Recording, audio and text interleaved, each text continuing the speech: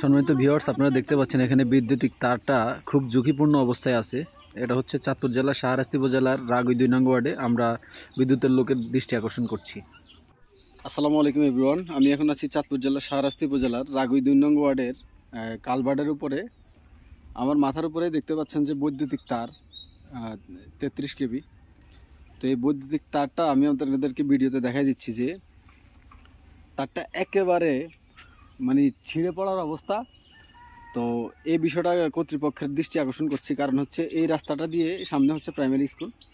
এই রাস্তা দিয়ে কিন্তু প্রতিদিন অসংখ্য লোক যাতায়াত করে, প্লাস স্কুলের বাচ্চা কাচ্চারা এখান দিয়ে আসে।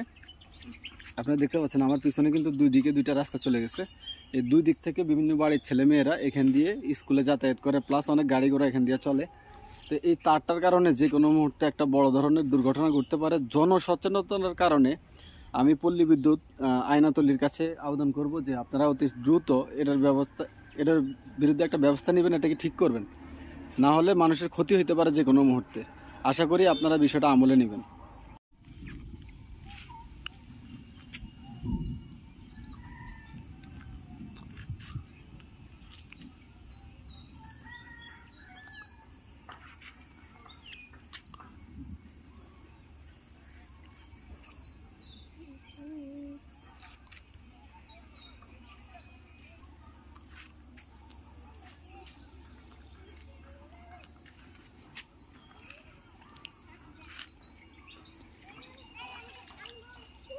হুম।